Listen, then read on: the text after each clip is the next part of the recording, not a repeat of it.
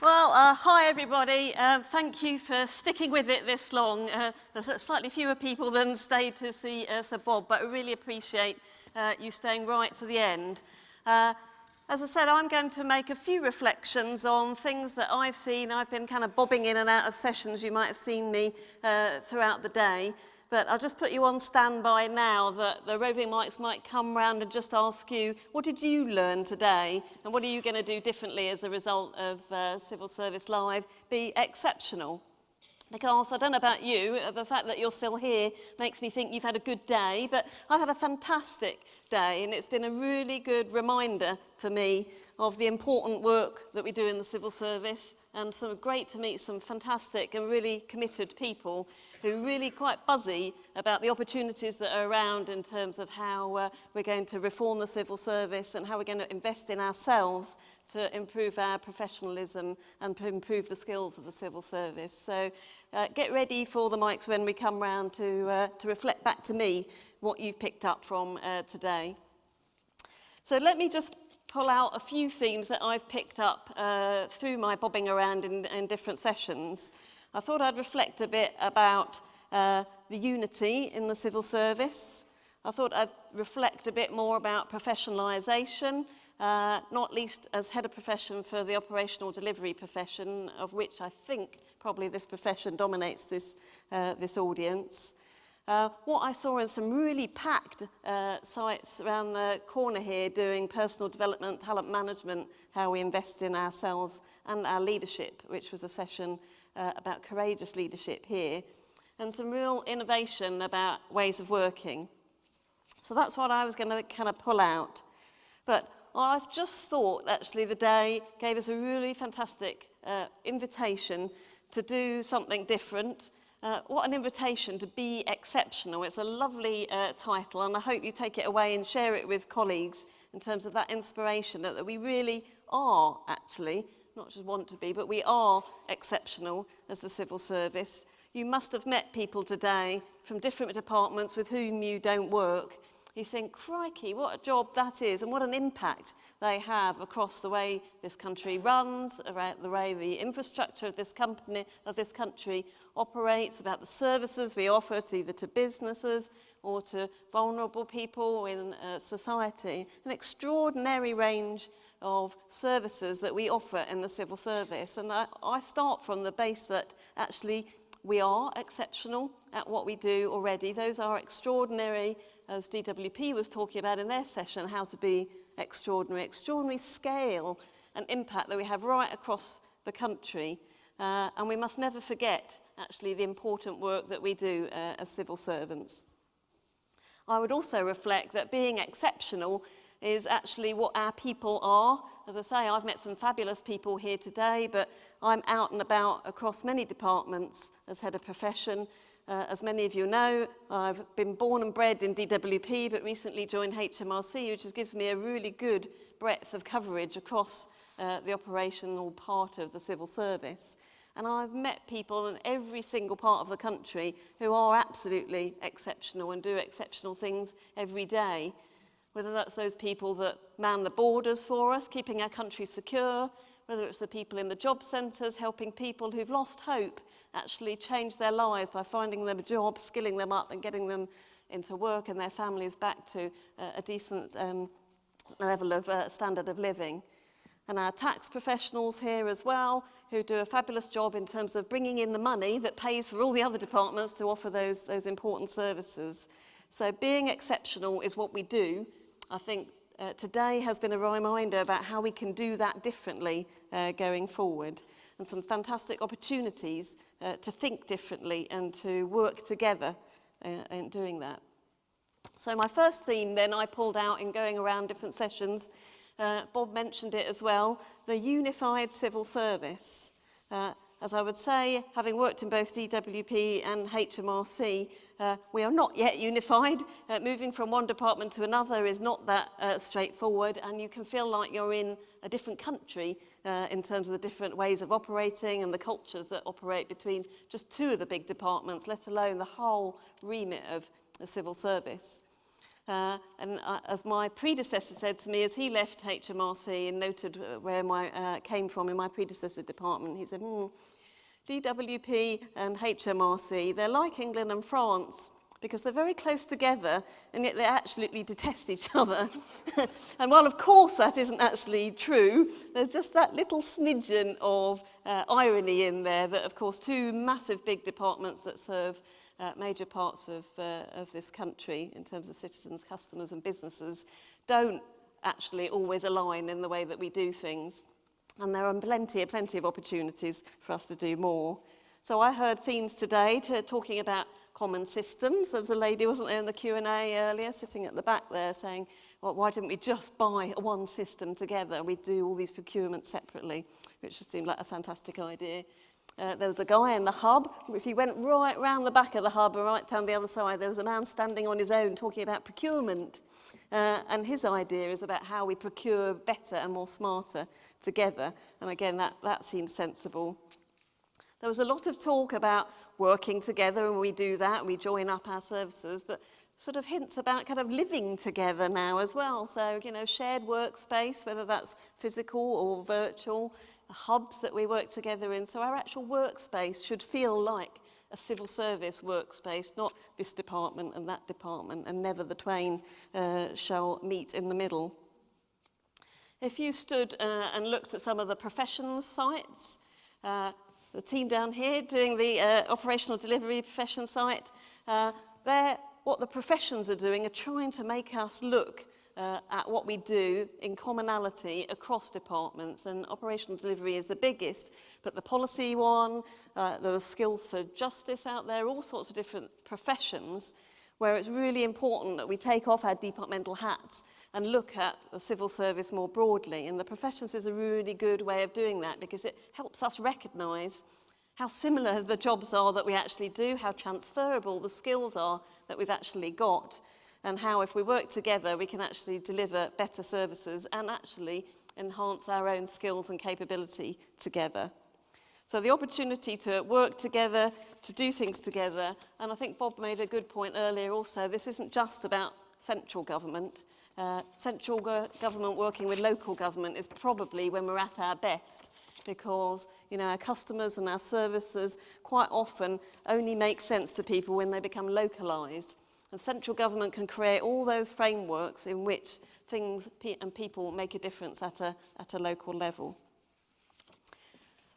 So my second theme was about professionalisation.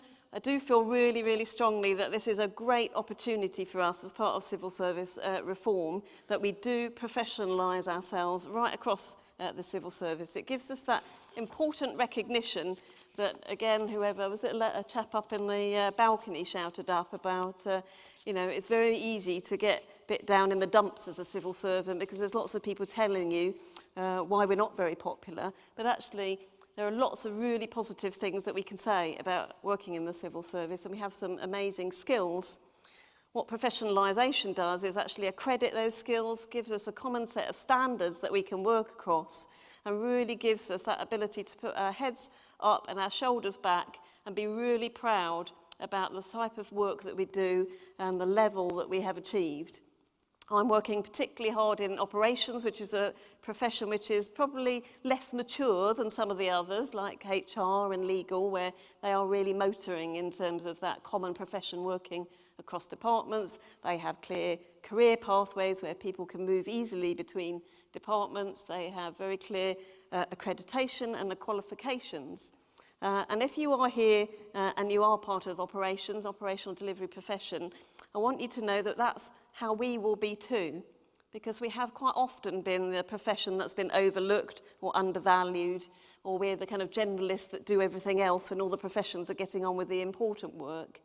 And everybody in the room knows the impact that operational people have on the citizens of this country every day, as I described, whether they're in the courts, whether they're on the border, whether in their tax office or a job centre, driving centre, wherever they are the front face of the civil service, and they are the people that really do make a difference on the ground within that bigger infrastructure that other professions can create the framework for. So it is really important to me, and I feel very strongly that the operational delivery profession will get equity of esteem and recognition with all those other professions within the civil service. And I say that deliberately, not to pay disrespect to the other professions, but in the northeast here, and Gateshead in particular, this is an audience which is made up primarily of people in operations, and I want you to know we are going to professionalise. We will put money behind getting you those standards, those career paths and those qualifications, and we will raise the standard and raise the recognition of working in government in operations. My third point is about personal development, which links on from that, and I went to the one in Hall 2, which was amazing because it was standing room only. I've never been to such a packed audience to hear talk about learning and development, and people there really thirsty to know, how can I get hold of these fantastic resources in civil service learning? How can I grab hold of the opportunity of professionalisation to really make a difference to myself, to my skills and my career?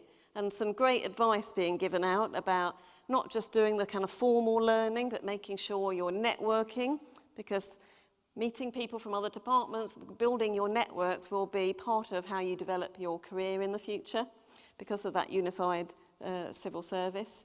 Making sure that you take the time to do those self-assessments, which are all available online, so test your own skills against some of the standards we've already set out.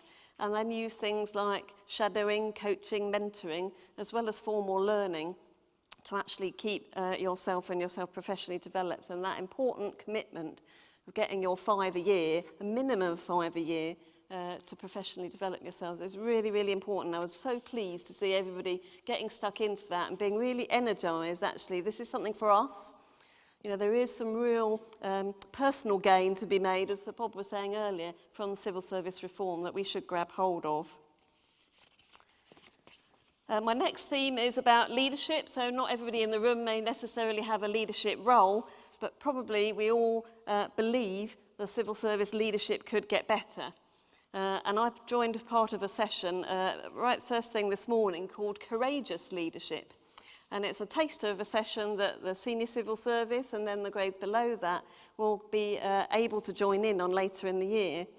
And that's looking at how we lead change better, which again, another thing that the People Survey tells us we could do a lot better on. And it wasn't your standard leadership development session. They talked about the kind of things that you would be interested in as a leader, what types of talents, if you like, or what kind of capability, which aren't in the competence framework, but are absolutely authentic to how you become a great leader. And they raised questions like, how curious are you at work, which I thought was a fab phrase. So how do you dig underneath what you see and make sure you're always asking, but why? They talked about humility, so confident humility when you're a leader, really important when you're taking your people with you. You recognise the contribution that others bring to your team, as well as being an inspirational leader. They talked about persistence, and I think when we think about some of those projects that you've probably all worked on, the changes that are really embedded into how we run the civil service, persistence has been absolutely the key, because the forces of inertia can stop a lot of things happening. So your absolute passion to get things done and to persist when you know you're on the right track is really important as a leader. They also showed that video, many of you will have seen it if you weren't in the session yourselves, of have you seen the chief executive of Microsoft who runs around the stage going, yeah, oh, I love Microsoft, as an example of what an energetic leader may or may not look like. And they had a good debate about whether he was actually quite aggressive or actually whether he was motivational. But the point being, you do have the opportunity at work both to bring your personality to work, but also occasionally to turn the dial up. If you really want to get people motivated, you do need to turn the dial up on your energy levels to get people going, and for people to recognise something really different is going to be happening around here. And I guess the point of the title, Courageous Leadership, really stressed that, as we've heard in a number of sessions today, we do have to be brave. We are going to have to take risks if we're going to become the civil service that we all want to and aspire to be. Then finally, my fifth new theme was about new ways of working. So innovation is all around us today. We've heard of some really interesting examples that certainly I will be following up. Lots of focus clearly on digital and the online experience, about agile working, modern workplaces, simpler and less bureaucracy. Yay, that sounds great. The Prime Minister said on the video, if you heard him, he wants the civil service to be sharper, faster, bolder, all things that I'm sure you and I would want us to be. We've had examples about what it's like to work in a mutual, about how to operate through open policy making, to deliver through local and strategic partnerships, and to operate in that new joined up way of shared workspace. So some really interesting, I think, new things that have given me a chance to reflect on my journey home this afternoon, of actually seeing in reality what it might mean for a reformed civil service, a re-energised civil service that can be exceptional. So I am going to ask the mics now to rove around. Can some of you be just brave for a second and share with the rest of us, what have you learnt today? What might you do differently as a result of today's intervention? Because it's been a great day and I hope you've enjoyed it, but it is important that we are learning as we go. So anyone suggest something that they've learnt today? Fabulous, thanks for starting us off. Ruth, just to say thank you very much. I really enjoyed your presentation earlier on. It was very candid. What I've learnt today is the talent management scheme. Obviously, there's a lot of building of getting that back out there. And as a previous recipient, I'm hoping to volunteer for a mentoring sort of role, because I think I don't have the opportunity to line manage at the moment, and I hope to be able to share some of my skills. That's fantastic. So there's an offer of help as well as something that you've learned today. So thank you very much for that. Anybody else?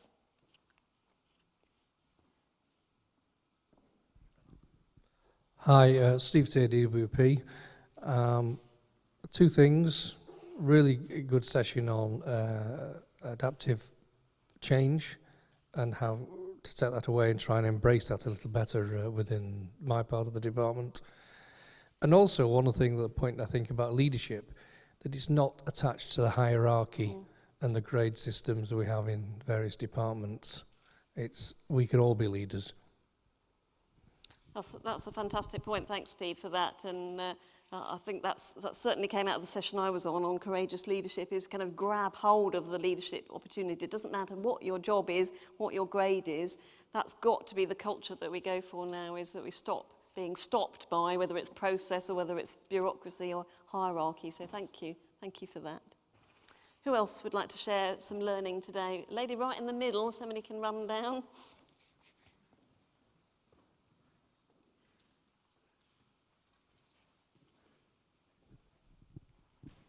Like a relay race, thank you. Hello, it's Sylvia Gray from the Contact Centre in Long Benton. I was at the ODP talk there before, and I found that really, really helpful. There was other departments there as well, and just talking to each other in that room gave us a better understanding of what we had and what we've got to go forward with, because it's quite new to us within the Contact Centre. So I found that incredibly helpful, and that will help my team when I get back. Absolutely, so great example. So contact centres, there are a number of different types of contact centre across government, but the core roles are very, very similar. I absolutely know that from the Job Centre Plus and HMRC. The skills are transferable. There's so much best practice that we can share between us. I don't know if Fiona covered it in the session, but we got the senior civil service of the operational delivery profession for the first time ever together earlier this year. And we were amazed how much we had in common, which is the whole point of the profession, and shows how far we've got to go in terms of moving the profession forward. But some fantastic examples of, if you just meet people, that bit of networking within a framework, which is actually, let's really professionalise what we do. There's so much to go for. Thank you for that. Yep, over there, thank you. I think today I've learned, my name's Will Jones and I work in the Cabinet Office in London, and I think one thing that today's really brought home to me is how many knowledgeable and dedicated people there are delivering in the regions. And I think that, to echo what Bob said, is that we really should look to move out into the regions, because there is so much more we can learn, particularly on delivery, which will help us then when we go back to London and think about sort of policy and that side of things. No, great example, yeah, and really important to be here today because Civil Service Live, be exceptional in Gateshead here and covering the, a huge number of people in the North East. Anyone who works at Benton Parkview, there's 8,000 civil servants just on that site alone. So, if we ignore the skills and the potential of people up here, then that would just be absolutely criminal. So really important we're inclusive. Anybody else want to share their learning? Is that Fiona? Yep. Fiona Jones from the operational delivery profession. I've found two new departments today who have operational colleagues. One Department of Education, they have quite a big arm, and another one, I can't remember what the acronym stands for, OPG, and they deal with all the powers of attorney. So hundreds of staff. So for me, my big learning has been I still got more people to find. Your networks have got bigger and bigger, yeah, and I'm sure everyone today. So there are bits of the civil service you probably have never even bumped into. I know we've got some big departments here today, DWP, HMRC in particular, but it is really important. Some of those small departments are the places where some of that innovation is happening first, actually. So the ability to share across big and small agencies, NDPBs and central London-based departments, really important. Thank you. Anybody else want to share? Yeah, there's a couple at the back there.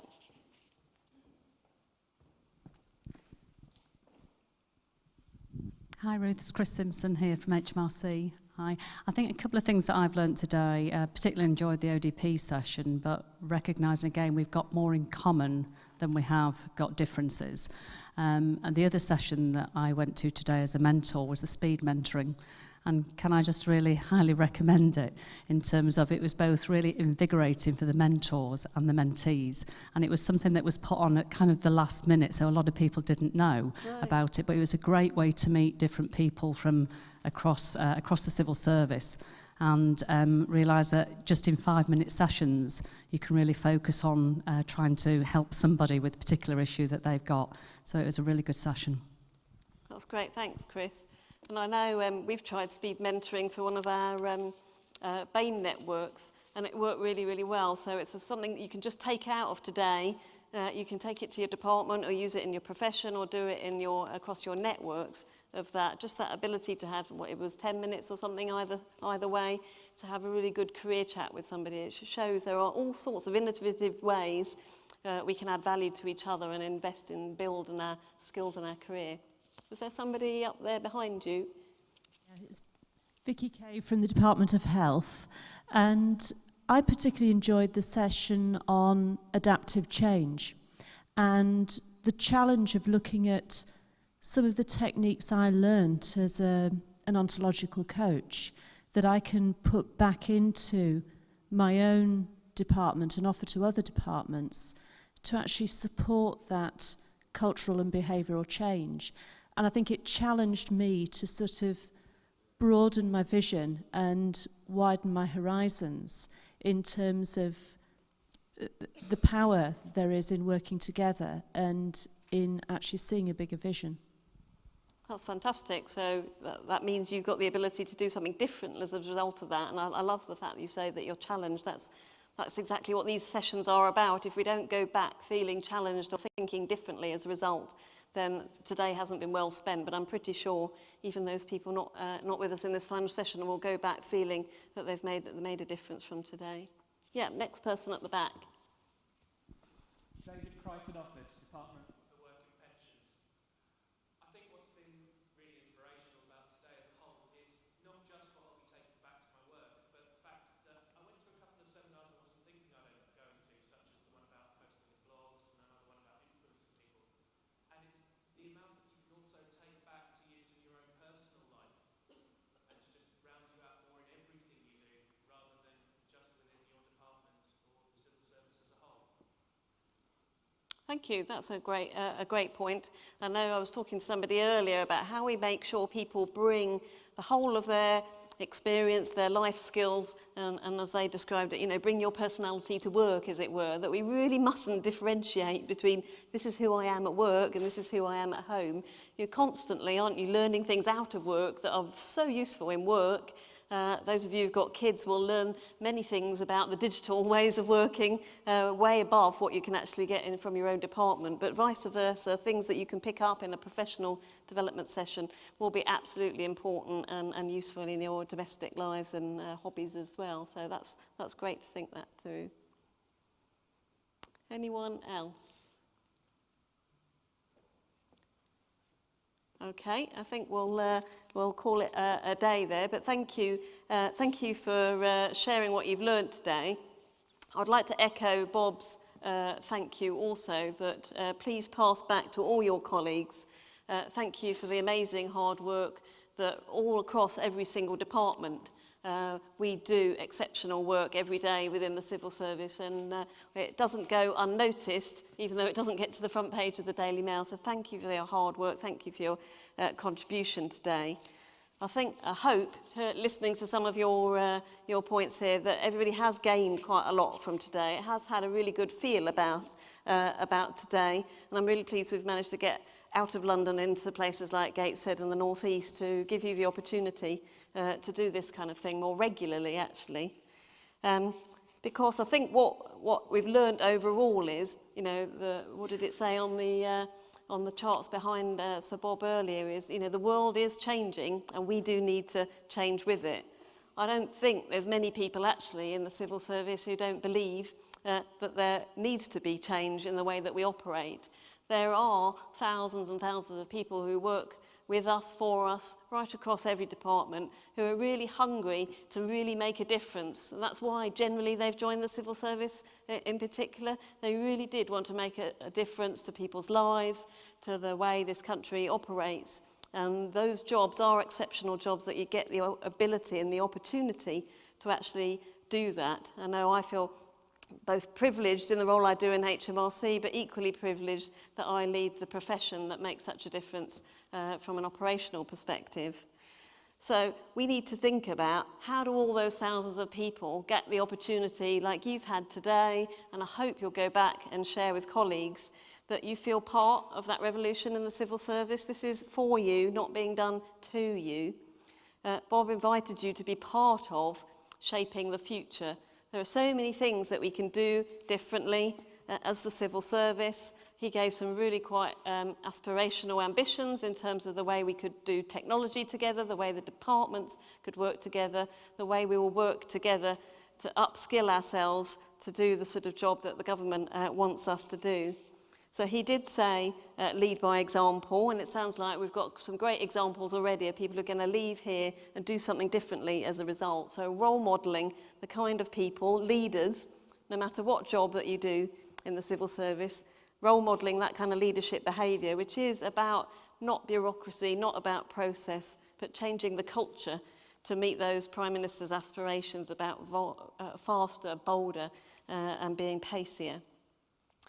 I would encourage you to grab hold of all those opportunities that come past you in terms of your personal development. That was the theme of today in particular, was to look at how do we invest in ourselves.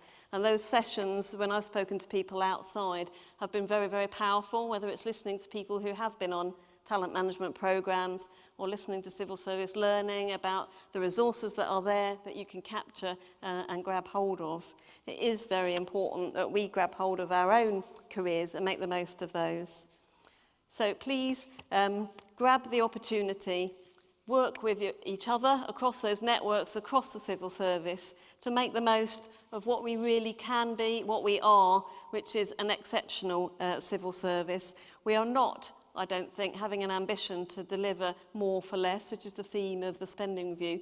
I think actually we're up for better for less, even better services by joining up, by doing things differently, by changing the way that we work and how we work together and skilling ourselves up. This can be an absolutely exceptional civil service delivering for this country. I encourage you to make the most of everything that you've learnt today, share it, have a great journey home, and thank you so much for coming today. Thank you.